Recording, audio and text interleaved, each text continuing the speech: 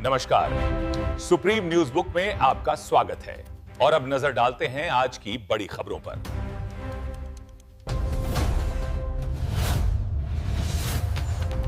Budget 2026, नया आयकर कानून और विदेशी यात्रा में बड़ी राहत, शेयर बाजार और F&O पर टैक्स की मार।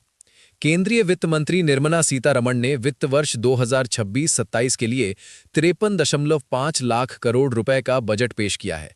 इस बजट का मुख्य केंद्र बिंदु युवा शक्ति और भारत की आर्थिक स्थिरता है। सरकार ने राजकोषीय घाटे फिस्कल डेफिसिट को जीडीपी के 4.3% पर लाने का लक्ष्य रखा है, जो पिछले अनुमानों से बेहतर है। आम आदमी और टैक्स पेयर्स के लिए बड़े बदलाव। बजट की सबसे महत्वपूर्ण घोषणाओं में से एक आयकर अधिनियम 2025 है, जो आगामी 1 अप्रैल 2026 से देश भर में प्रभावी हो जाएगा। मध्यम वर्ग के लिए राहत की बात यह है कि अब विदेश यात्रा के पैकेज और विदेश में शिक्षा या इलाज के लिए भेजे जाने वाले पैसे पर टीसीएस यानी टैक्स कलेक्टेड एट सोर्स की दरों को भारी कटौती के साथ 2% कर दिया गया है। पहले ये दर 5 से 20% के बीच हुआ करती थी। साथ ही अब करदाता अपने रिटर्न में सुधार यानी रिवाइज्ड रिटर्न 31 मार्च तक कर सकेंगे। शेयर बाजार, ट्रेडर्स की जेब पर बोझ। स्टॉक मार्केट में निवेश और ट्रेडिंग करने वालों के लिए ये बजट कुछ चुनौतियां लेकर आया है। सरकार ने डेरिवेटिव ट्रेडिंग F&O को हतोत्साहित करने के लिए STT यानी सिक्योरिटीज ट्रांजैक्शन टैक्स में वृद्धि कर दी है। फ्यूचर्स 0.02% से बढ़ाकर 0.05% किया गया। ऑप्शंस 0.1% से बढ़ाकर 0.15% किया गया। इसके अलावा कंपनियों द्वारा शेयरों के बायबैक से होने वाली कमाई पर अब शेयर धारकों को कैपिटल गेन्स के रूप में टैक्स देना होगा। इंफ्रास्ट्रक्चर और कनेक्टिविटी 12.2 लाख करोड़ का निवेश। देश की बुनियादी संरचना को मजबूत करने के लिए सरकार ने पूंजीगत व्यय को बढ़ाकर 12.2 लाख करोड़ रुपए कर दिया है।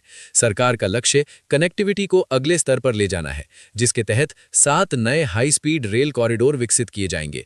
इसमें मुंबई, पुणे और दिल्ली, वाराणसी जैसे प्रमुख रूट शामिल हैं। साथ ही शहरों को व्यापारिक केंद्र बनाने के लिए सिटी इकोनॉमिक रीजन्स की मैपिंग की जाएगी। उद्योग और स्वास्थ्य क्षेत्र में रिफॉर्म एक्सप्रेस। MSME सेक्टर, छोटे उद्योगों की मदद के लिए 10,000 करोड़ रुपए का SME ग्रोथ फंड स्थापित किया गया है। दवाइयाँ, कैंसर के मरीजों को बड़ी राहत देते हुए सरकार ने 17 जीवन रक्षक दवाओं पर लगने वाली बेसिक कस्टम ड्यूटी को पूरी तरह से खत्म कर दिया है। टेक्नोलॉजी, भारत को सेमीकंडक्टर और बायोफार्मा का हब बनाने के लिए इंडिया सेमीकंडक्टर मिशन 2.0 और बायोफार्मा शक्ति जैसी योजनाएं शुरू की गई हैं। इस बजट के माध्यम से सरकार ने एक तरफ बुनियादी ढांचे पर खर्च बढ़ाकर रोजगार सृजन की कोशिश की है, तो दूसरी तरफ टैक्स प्रक्रियाओं को सरल बनाने का रोड मैप तैयार किया है। बजट पर विपक्ष की आलोचनाओं का केंद्रीय मंत्री JP नड्डा ने दिया दो टूक जवाब, बताया इसे विकसित भारत का रोड मैप। केंद्रीय मंत्री JP नड्डा ने वर्ष 2026 के केंद्रीय बजट को लेकर विपक्षी दलों द्वारा की जा रही आलोचनाओं पर कड़ा प्रहार किया है। उन्होंने इस बजट को एक दूरदर्शी और सर्वसमावेशी दस्तावेज बताया, जिसका लक्ष्य भारत की आर्थिक विकास दर को नई ऊंचाइयों पर ले जाना और विकसित भारत के संकल्प को सिद्ध करना है। नड्डा के बयान के प्रमुख बिंदु और बजट की विशेषताएं। स्वास्थ्य क्षेत्र पर विशेष जोर। JP नड्डा ने सरकार की प्राथमिकताओं को स्पष्ट करते हुए बताया कि पिछले 12 वर्षों में स्वास्थ्य क्षेत्र के बजट में 176% की भारी बढ़ोतरी की गई है। ये इस बात का प्रमाण है कि मोदी सरकार देश के अंतिम पायदान पर खड़े व्यक्ति तक बेहतर स्वास्थ्य सुविधाएं पहुंचाने के लिए प्रतिबद्ध है। युवा और आत्मनिर्भर भारत।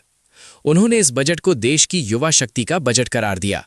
उनके अनुसार बजट में कौशल विकास, स्टार्टअप और नवाचार यानी इनोवेशन के माध्यम से युवाओं के लिए रोजगार के नए अवसर पैदा करने पर विशेष ध्यान दिया गया है, जो आत्मनिर्भर भारत की नींव को मजबूत करेगा। किसानों और ग्रामीण विकास को मजबूती। कृषि क्षेत्र के लिए आधुनिक तकनीक, बेहतर सिंचाई व्यवस्था और फसल भंडारण की सुविधाओं को बजट में प्राथमिकता दी गई है। नड्डा ने कहा कि इन कदमों से ग्रामीण अर्थव्यवस्था सुदृढ़ होगी और किसानों की आय बढ़ाने में मदद मिलेगी। महिला सशक्तिकरण और मध्यम वर्ग। बजट में महिलाओं को आर्थिक रूप से स्वतंत्र बनाने के लिए स्वयं सहायता समूहों और उद्यमिता से जुड़ी योजनाओं पर निवेश बढ़ाने का प्रावधान है।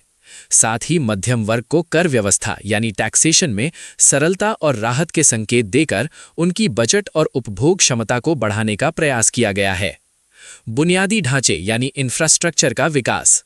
जेपी नड्डा ने उल्लेख किया कि रेलवे, सड़क, शहरी परिवहन और हरित ऊर्जा जैसे बुनियादी ढांचों पर भारी निवेश किया जा रहा है, जो भविष्य के आधुनिक भारत के लिए अनिवार्य है। जेपी नड्डा ने विपक्षी दलों की टिप्पणियों को खारिज करते हुए कहा कि ये बजट केवल आंकड़ों का खेल नहीं है, बल्कि ये देश की आर्थिक स्थिरता और वैश्विक मंच पर भारत की मजबूत पहचान बनाने वाला संतुलित प्रयास है। उन्होंने प्रधानमंत्री नरेंद्र मोदी और वित्त मंत्री निर्मला सीतारमण को इस ऐतिहासिक बजट के लिए बधाई दी।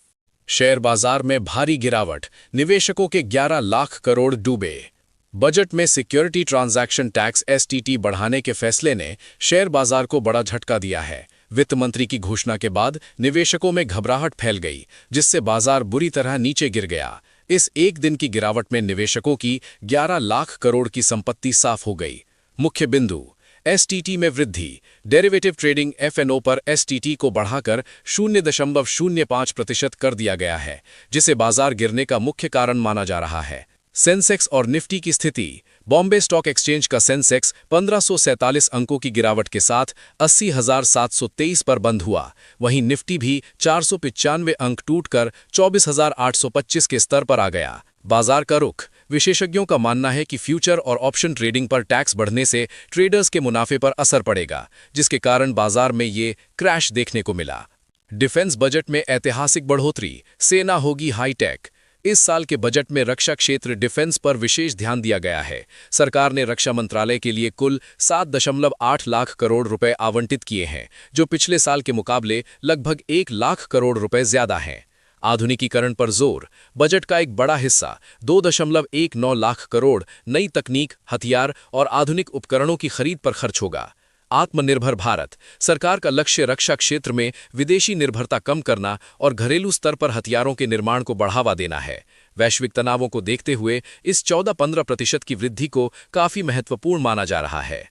मध्यम वर्ग को निराशा। कैंसर की दवाएं और मोबाइल हुए सस्ते। बजट 2026 में आम जनता के लिए मिली-जुली घोषणाएं हुई हैं। जहां एक तरफ स्वास्थ्य और तकनीक के क्षेत्र में राहत दी गई है, वहीं टैक्स स्लैब में बदलाव न होने से सैलरीड क्लास को थोड़ी मायूसी हुई है। सस्ता क्या हुआ? कैंसर के इलाज को किफायती बनाने के लिए 17 जरूरी दवाओं पर कस्टम ड्यूटी खत्म कर दी गई है। इसके अलावा भारत में बने मोबाइल फोन और इलेक्ट्रॉनिक सामानों के दाम भी कम होंगे, क्योंकि उनके कंपोनेंट्स पर ड्यूटी घटाई गई है। टैक्स और middle class. Income tax slab में कोई नया बदलाव नहीं किया गया है। हालांकि टैक्स फाइल करने की प्रक्रिया को आसान बनाने और रिवाइज्ड रिटर्न भरने के लिए 3 महीने का अतिरिक्त समय देने का प्रस्ताव है।